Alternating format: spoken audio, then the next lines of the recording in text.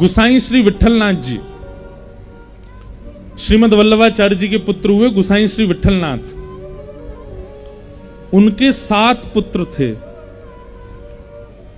और 7 पुत्रों के ब्याह हो गए थे, 7 पत्नियां थीं घर में। लेकिन वो 8वें पुत्र के रूप में, अब 8वां तो नहीं कहेंगे, पहले पुत्र के रूप में ठाकुर जी को अपना पुत्र मानते थे, ठाकुर जी को अपना लाला मानते थे। बड़ी लीलाएं गुसाई श्री विठलनाथ जी की हमने कथा में सुनाई हैं।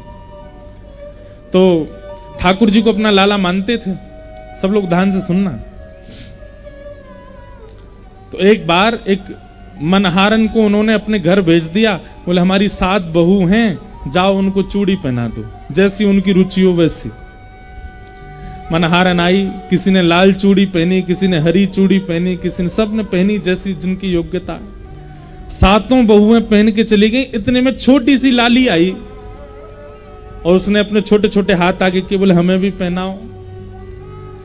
तो मनहारन बोली, अरे तू कौन की लाली है? बोले मैं लाली तो बरसाने क्यों, पर गुसाई विठलनाथ जी की मैं भी बहू हूं, 8वीं बहू हूं। और 8वीं नहीं, ये सबरी दूसरे से 8वें तक मैं पहली बहू हूं गुसाई जी की। और छोटी सी बोले बहू बहू, तो मनहारन को तो बड़ी उस पर मतलब करुणता आवे, उसको ऐसे गले लगाने का मन करे। अरे लाली तू तो बड़ी सुंदर है, तेरो ब्याह है क्यों? बोले हाँ मेरो ब्याह है क्यों। अच्छा तेरो पति कहाँ है? और पति मंदिर में पुजवार हो है अपने यहाँ पे पति मंदिर में ठाड़ो है। और उसकी बात सुन, छोटे बालापन की बात पर विश्वास। अप्रेमयम बलम तस्य बालकस्य नते विदु। भागवत जी में श्री यशोदा मैया को बालक ठाकुर जी की सच्चाई बताते हैं, लेकिन यशोदा मैया मानती नहीं, क्योंकि बालकों की बात पर भरोसा कम होता है। लेकिन एक बात सुनिएगा, ये बालक ही हैं जो झूठ नहीं बोलते। हम बड़ों पे भरोसा कर लेते हैं, पर बड़े झूठ बोलते, बालक झूठ नहीं बोलते। क्योंकि बालकों का स्वभाव सीधा होता है ना, तोतली वाणी होती मीठ, इसलिए हमको लगता है कि ऐसे ही बोल रहे हैं, पर बालक झूठ नहीं बोलते। मुझे चूड़ी पहनाओ, तो मनहारन ने तो चूड़ी पहना दी। और श्री किशोरी जी के रूप माधुरी को देख करके वो तो इतनी प्रसन्न हो गए। लौट करके गुसाई जी के पास गई। गुसाई जी बोले पहनाया ही चूड़ी? बोले हाँ। कितनो पैसा भयो तेरो? बोले महाराज 7 तो बड़े बड़े हाथ है और 8 वो छोटे छोटे हाथ है, तो 7 हाथन के तो पूरे पूरे पैसा लगेंगे, लेकिन 8वें हाथ के आधे पैसा लगेंगे। बोले 8वीं कौन? 7 ही बहू है हमारे घर में। अरे नेक्स्ट इसी एक लाली ऐसी गदमद राशि, ऐसी ऐसी मीठी मीठी वाणी में बोल रही, वाकु चूड़ी पहना के आई मैं। गुसाई जी बोले जन कौन की छोरी है पहनाया, ये हम पे थोप रही है। हम हमारे घर में कोई लाली ना है, हमारे घर में 7 बहू हैं बस। अरे गुसाई जी मुझको पैसा को लोभ नहीं है, मैं तो वास्तविकता बता रही हूं। आपके घर में एक छोटी सी लाली आई, वो चूड़ी पहन के गई है। आप भले ही मुझको 7 बहुवन को ही पैसा दो, 8वीं को मत दो, पर मैं आपको बता रही हूं कि मैं 8 को पहना के आई हूं, एक छोटी सी लाली भी आती। गुसाई जी बोले नहीं मैं 7 को ही पैसा दूंगा। बोले आप 7 को दो, लेकिन मैं तो सच बताऊंगी। गुसाई जी ने उसको पैसा 7 बहुओं के हाथ के दे दिए। लौट करके घर गए, अपनी बहुओं से बोले तुम सबने चूड़ी पहन ली थी? बोले हाँ। कोई छोटी सी लाली भी आई थी? बोले नहीं और तो कोई नहीं आया, हमने ही पहनी है। बोले वही तो मैं उसको बोला कि हमारे घर में तो कोई है नहीं, कौन है पहनाया ही तू? गुसाई जी जैसे ही अपने कक्ष में गए तो रोज रात्रि में मानसी में प्रवेश करते थे, मतलब नेत्र बंद करके मानसी भाव में ठाकुर जी को सेज पर पौढ़ाते थे।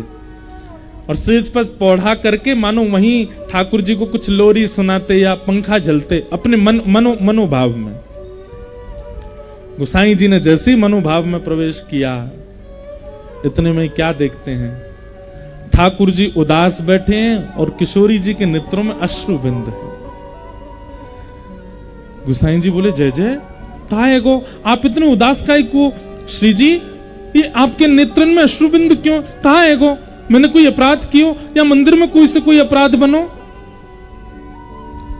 किशोरी जी बोली, आप बस इनको लाला मानो अपनो, इन्हीं को लाला मान करके इनकी सेवा करोगे, इनको उठाओगे, इनको खवाओगे, इनको सुवाओगे, इनको अपनो पुत्र मानो। कभी कोई पूछे कितने बालक, तो 8 बालक कहो, एक ये हैं, 7 आपके अन्य पुत्र हैं।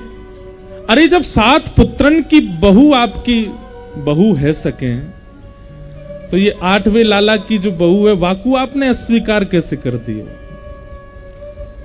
आज हमारे घर मनहारन चूड़ी पहनावे आई, सबरी बहुओं ने चूड़ी पहनी, मैं भी या घर की बहू क्योंकि आपके लाला हैं, मैं चूड़ी पहनवे गई तो आपने मेरे बट की चूड़ी को पैसा ही नहीं दियो।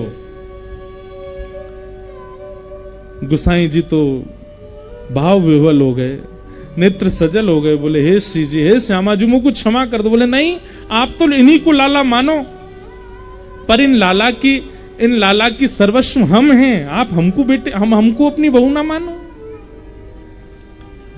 गुसाई जी आधी रात में ही गए, मनहारन को दुगना पैसा दे के आए और आकर के ठाकुर जी से क्षमा याचना करने लगे, श्री जी से याचना करने लगे। ये बात हमने क्यों बताई?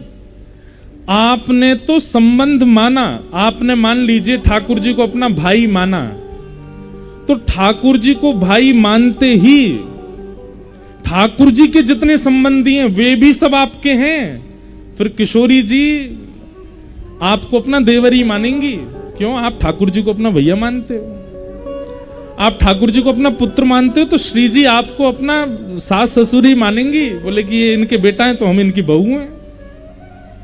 और केवल श्री जी नहीं, फिर बलराम जी भी आपसे संबंध मानेंगे, मधुमंगल श्रीदामा भी संबंध मांगेंगे, यशोदानंद बाबा भी संबंध मानेंगे। इसलिए संबंध या तो ठाकुर जी से बनाना नहीं, और बनाओ तो उसका निर्वहन कीजिएगा। फिर महाराज वृंदावन से जो व्यक्ति आवे ना, उसको उसी संबंध से देखिएगा कि ठाकुर जी हमारे भैया हैं, या हमारे ठाकुर जी के गामते आए हैं तो ये भी हमारे बड़े भैया हैं। एक बार मैं बता रहा था कहीं कथा में, कोई ठाकुर जी को जीजा जी मानता होगा, किशोरी जी को बहन मानता है, ठाकुर जी को जीजा जी मानता है। हम वृंदावन से आए और सभा में सब लोग बैठे थे, कोई बोले महाराज जी की जय हो, कोई बोले गुरु जी की जय हो, एक बोला जीजा जी की जय हो। मैंने कहा भैया कौन सा सालो आयो हमारो, बिना ब्याह की सारो बन गो। बोले आपको ना भयो, लेकिन आपके भैया को तो है गो, श्री जी मेरी बहन है, ठाकुर जी मेरे जीजा जी, और आप उनके गांव के तो आप भी जीजा जी। मैंने कहा वाह भाई बहुत बढ़िया। तो संबंध भक्ति में 3 सूत्रों का ध्यान रखना, विश्वास, संबंध और तीसरा है समर्पण। ठाकुर जी के प्रति समर्पण। समर्पण का मतलब क्या है? फिर चाहे एक बार ठाकुर जी के हो गए, फिर चाहे जीवन में जो हो, सब प्रसाद है, सबको स्वीकार करो। प्रसाद का नियम होता है, मंदिर में मिलने के बाद अगर हाथ से गिर जाए तो पृथ्वी से उठा करके भी पालो, प्रसाद छोड़ा नहीं जाता। ठाकुर जी को एक बार जीवन में जब आप स्वीकार कर लेते हैं, फिर जीवन में चाहे जो आवे वो सब प्रसाद है, सब स्वीकार करो। चाहे ठोकर आवे, चाहे चढ़ोतरी आवे, चाहे गिरावट आवे, चाहे किसी के संबंध आवे, चाहे संबंध टूटे, सबको प्रसाद मानो और सबको स्वीकार करो। विश्वास, संबंध और समर्पण। युधिष्ठिर के चित्त में विश्वास नहीं है। ठाकुर जी लेकर के भीष्म पितामह के पास गए। पितामह भीष्म बाणों की सैया पर लेटे हैं, प्रतीक्षा कर रहे हैं। मृत्यु देवी सामने खड़ी है और मृत्यु को कह दिया है जब तक मैं अपनी अंतिम इच्छा पूरी ना कर लूं आना नहीं मेरे पास। मृत्यु देवी ने पूछा आपकी अंतिम इच्छा क्या है? बोले ठाकुर जी मेरे सामने खड़े होंगे, उनकी रूप माधुरी का दर्शन करूंगा, उनको देखते देखते अपने प्राण त्याग दूंगा, यही मेरी अंतिम इच्छा है। मृत्यु देवी बोली ठाकुर जी तो द्वारिका जा रहे हैं। बोले चाहे अब द्वारिका जाके लौट के आना पड़े, तब तक तुम खड़ी रहो, मैं प्राण नहीं त्यागूंगा। इच्छा मृत्यु का वरदान। इतने में ही चंदन की सुगंधी आने लगी। भीष्म पितामह बोले जरूर श्याम सुंदर आ रहे हैं। अरे देखो तो, तभी क्या देखते हैं, 5 पांडवों को लिए खूब सारे योद्धा, बड़े बड़े ऋषि, महर्षि सबको संग लेकर के श्री द्वारिकाधीश रणभूमि में भीष्म पितामह के पास आ रहे।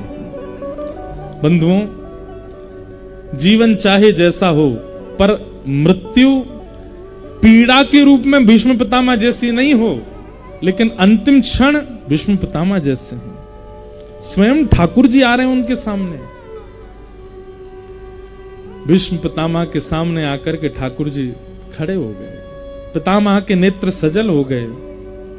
अब मैं अपनी इच्छा पूरी करूंगा। पांडवों ने भीष्म पितामह को प्रणाम किया। रोते हुए युधिष्ठिर को देख करके पंच धर्मों का ज्ञान उपदेश किया पितामह ने। दान धर्मान, राज धर्मान, मोक्ष धर्मान, विभागस, स्त्री धर्मान, भगवत धर्मान, समास व्यास योगिता। कल हमसे एक मैया ने पूछा, बोले सब जगह स्त्रियों को ही क्यों समझाया जाता है, पुरुषों को क्यों नहीं समझाते? यहां पर पंच धर्म भी जो भीष्म पितामह कह रहे हैं उसमें कौन कौन से धर्म है? दान धर्म, राज धर्म, दान धर्मान, राज धर्मान, मोक्ष धर्मान, विभागस, स्त्री धर्मान, भगवत धर्मन, समास व्यास योग्यता। ये पंच धर्म बताए गए। यहां पर भी स्त्रियों को ही समझाया गया। बोले मानस जी में भी गोस्वामी जी भी स्त्रियों को ही समझाते हैं। बोले मंच पर कई वक्तागण हैं, वो यही बताते रहते हैं बहुओं को कैसे रहना चाहिए, बेटियों को कैसे रहना चाहिए, लड़कियों को कैसे रहना चाहिए। कभी महाराज जी किसी बेटा को क्यों नहीं समझाया जाता? किसी जमाई को क्यों नहीं समझाया जाता? किसी पिता को क्यों नहीं समझाया जाता? हम ही लोग क्यों समझने को बने? तो हमने यथामति यथा योग्य को उत्तर दिया। मैंने कहा मैया देखो, जब मां बाजार जाती है ना और उसके दो बालक हैं, एक बड़ा एक छोटा, तो जब बालकों के हवाले घर छोड़ के जाती है बाजार, तो किसको समझा के जाती है? छोटे को कि बड़े को? बड़े को समझा के जाती है। ए सुन, मोटर बंद कर देना, एसी बंद कर देना, अंदर से किवाड़ लगा लेना, फोन अपने पास रखना, और ये छोटे भैया को भूख लगे तो बिस्किट खिला देना, और कोई भी आए दरवाजा मत खोलना। अब उस समय बड़ा रोने लगे, हर काम मुझे ही बताती, इसको बोल के जाओ ना, ये क्या करता है, पूरे दिन खड़ा रहता है, पूरे दिन सोता रहता है। तो मां क्या कहती, तू बड़ा है, तू बुद्धिमान है, तू ज्ञानी है, तू समझदार है, तू जिम्मेवार है। ये क्या, ये तो अबोध है। कुछ समझ आई? बताया उसी को जाता है जिसके ऊपर जिम्मेवारियां होती हैं। हमारी प्रार्थना वुमेन एम्पावरमेंट वाले इतना ज्यादा ऐसे मत किया करो कि सब चीज हमें क्यों समझाते। अरे भाई, जिसके ऊपर जिम्मेवारी होती समझाया उसी को जाता है। जो संभाल सकता है उसी को ही जिम्मेदारियां